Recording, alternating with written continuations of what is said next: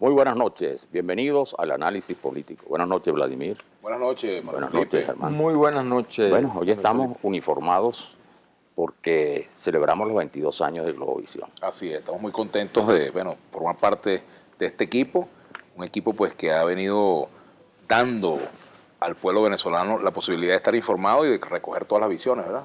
Claro. Y sobre todo con imparcialidad, ¿no? Que es lo que nos ha llevado a estar verdaderamente dentro de este equipo de Globovisión. Realmente, aun cuando soy más joven que ustedes en estas líderes.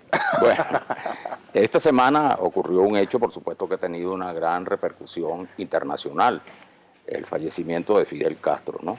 Si bien desde hacía 10 años Castro ya había dejado sus responsabilidades como jefe del Estado cubano, su muerte ha tenido, como decíamos, pues un gran impacto, ¿no? Incluso todavía, pues, las ceremonias de su entierro han convocado manifestaciones en Cuba y reacciones en muchas partes del mundo. Pero en el caso de Venezuela hay un hecho muy importante, y es que Fidel Castro desde muy joven de alguna manera tuvo relaciones y vinculaciones con la política venezolana, que llegaron a tener extremos muy críticos en el caso de los años 60, y a partir de los últimos años ha habido una relación distinta, es decir, un acercamiento entre el gobierno del presidente Chávez y el gobierno cubano, que ha llegado a definir una especie de identificación política e ideológica.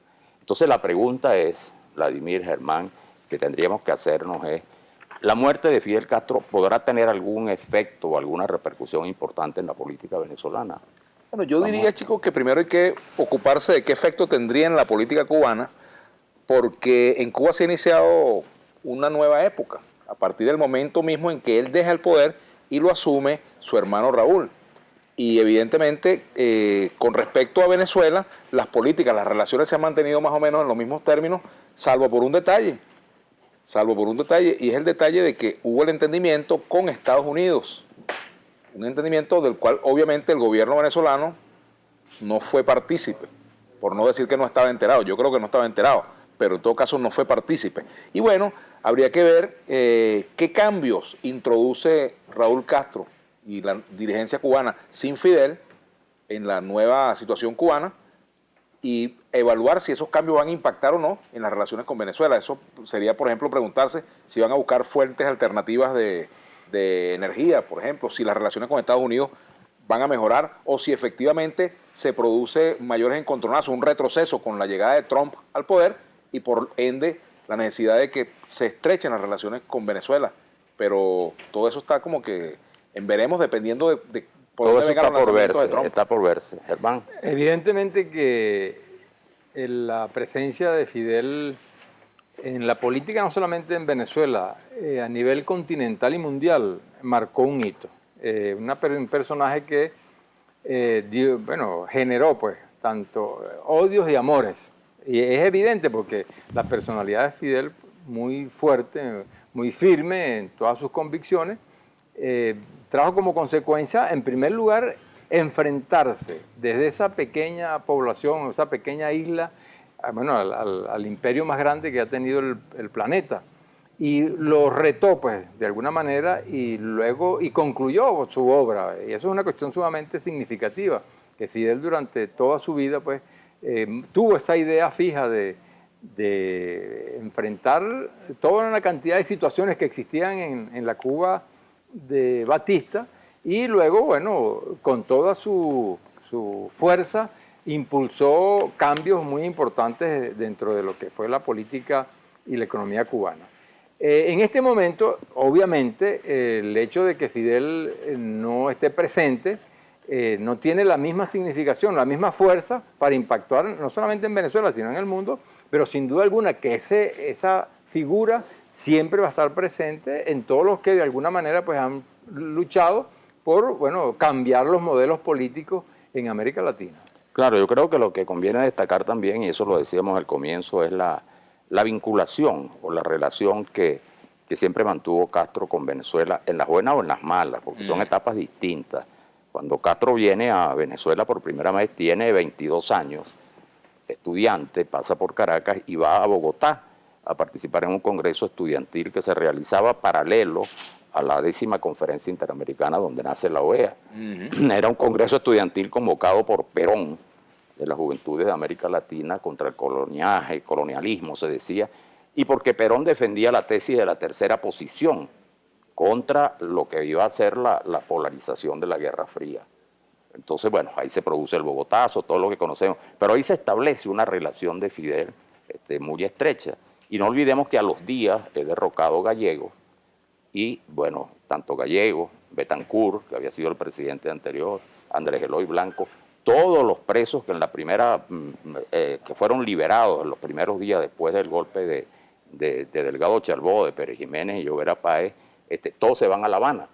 Y La Habana se convierte como en el refugio y en la activación de la resistencia y la oposición democrática de Venezuela durante el gobierno de Pío Socarrás, y allí Betancourt convoca un congreso internacional de apoyo a la democracia contra la dictadura de Venezuela. Y ahí comienza a establecerse una relación que va a durar mucho tiempo en diversas etapas entre la política de Cuba y la política venezolana. Claro, y fíjate que después cada país, cada pueblo estaba embarcado pues en la lucha contra una dictadura en particular, los cubanos contra la dictadura de Batista, Venezuela embarcada, por supuesto, los venezolanos en la lucha contra la dictadura de Pérez Jiménez. Luego a la caída de Batista... Y era pues como una lucha común, ¿no? Sí, claro, pero fíjate tú que se desarrollan dos procesos en paralelo, el proceso político cubano, la revolución cubana, con todas las características ya conocidas, y también el proceso en Venezuela, el nacimiento de la democracia representativa. El impacto de la lucha armada en Cuba tuvo su influencia pues en el hecho de que jóvenes venezolanos quisieron emular la gesta de los barbudos que subieron a la Sierra Maestra, y bueno, se fueron a la lucha armada. También elementos allí pues de la represión del gobierno de Betancourt, pero básicamente la inspiración de la posibilidad de repetir en Venezuela el modelo cubano. Ahora, fíjate que viendo un poco con el paso del tiempo, las relaciones han estado marcadas, como tú lo has dicho, por momentos de gran conflictividad, claro, pero también por momentos de reacercamiento. Por ejemplo, la primera visita de Caldera a Cuba. Caldera restablece las relaciones con Cuba, y luego en el segundo gobierno de Carlos Andrés Pérez esas relaciones se fortalecen muchísimo. Ya en el primero habían algunos bueno, se restablecieron formalmente allí las relaciones. Claro, ahí se estableció en el de Pérez, ¿no? Fue el primero, el de Pérez. En el de Pérez. No, Caldera dejó las condiciones, pero como iba a terminar su periodo, exactamente. Le correspondió a Pérez la reanudación de relaciones. En el segundo gobierno de Pérez, cuando se va a iniciar el segundo gobierno de Pérez, la presencia de Fidel marcó muchísimo ese encuentro, ¿no? entre estos mandatarios. Yo, por ejemplo, recuerdo una visita que hicimos al año 78 a Cuba, al Festival de la Juventud y los Estudiantes, y los cubanos me decían, los felicito por el presidente que tienen. Yo le decía, bueno, en ese momento era Carlos Andrés Pérez, porque en su primer se gobierno percibía a Carlos Andrés Pérez como un antiimperialista, lo percibían en Cuba, y de hecho eran posiciones tercermundistas que tenía Carlos Andrés. Eso tuvo un influjo en las relaciones entre Cuba y Venezuela. Y luego viene el 4 de febrero de 1992. De las primeras llamadas que recibe Carlos Andrés Pérez en solidaridad contra el golpe de Estado es la de Fidel Castro. Claro. Cosa de la historia, ¿no? Pero es que también ellos, por ejemplo, en el caso de Pérez y de Fidel, también estuvieron juntos de alguna manera, sin que Pérez, venezolano, en la lucha contra Batista.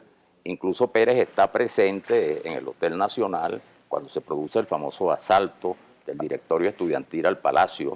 ¿Al cuartel Moncada? No, al Palacio de Gobierno. Al Palacio de Gobierno. Y donde después es asesinado Echeverría, el dirigente estudiantil.